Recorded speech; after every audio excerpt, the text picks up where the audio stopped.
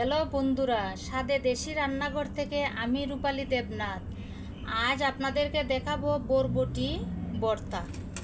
দেখুন বন্ধুরা, বরবটি কেটে ধুয়ে পরিষ্কার করে এখন 5 মিনিট কম পানিতে হালকা সিদ্ধ করে নেব।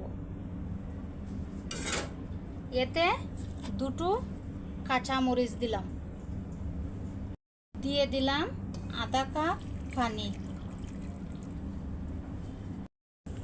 দেখুন বন্ধুরা, 5 মিনিট পর কত সুন্দর সিদ্ধ হয়ে গেছে এই বরবটি।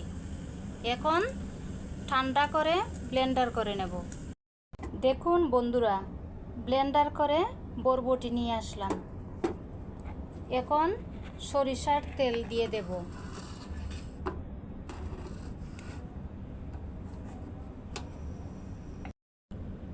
ফোড়নে দিয়ে দিলাম কালো জিরে,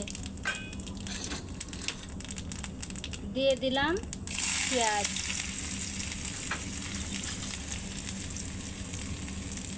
দিয়ে দিলাম রসুন। এখন ভালো করে ভেজে নেব।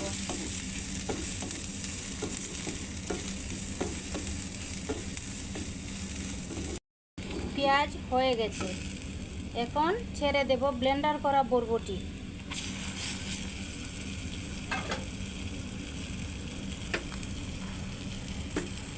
দিয়ে দেব পরিমাণ মতো লবণ।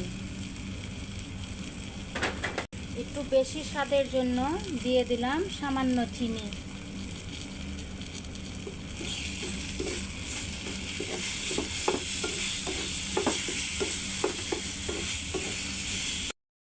দেখুন বন্ধুরা, জল শুকিয়ে গেছে, কত সুন্দর হয়ে গেছে বরবটি ভর্তা। এখন নামিয়ে আগ থেকে ভাজা শুকনা মরিচ গুঁড়ো করা দিয়ে দেব, আর দেব সরিষার তেল।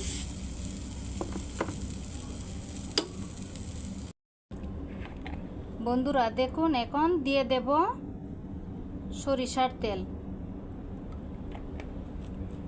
ভেজে রাখা শুকনো মরিচ,